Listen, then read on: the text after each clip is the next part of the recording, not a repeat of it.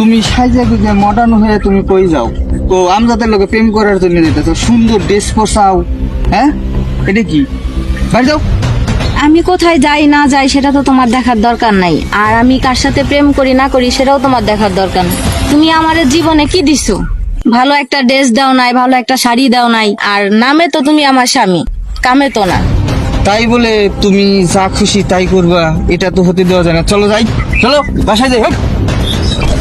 আচ্ছা, তুমি যে তোমার স্বামীর চোখ ফাঁকি দিয়ে আমার সাথে প্রেম করতে আসো, তোমার স্বামী কি টের পায় না সেটা? সেটা টের পায় না। তাই? যাই হোক, তুমি বিয়ে কবে করবা?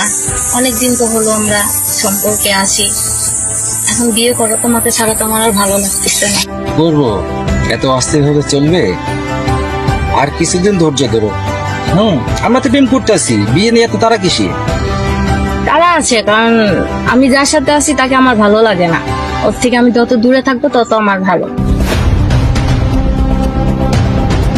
আর তোমাকে হাতে নাতে দেখছি, তুমি অনেকদিন লুকাইছো।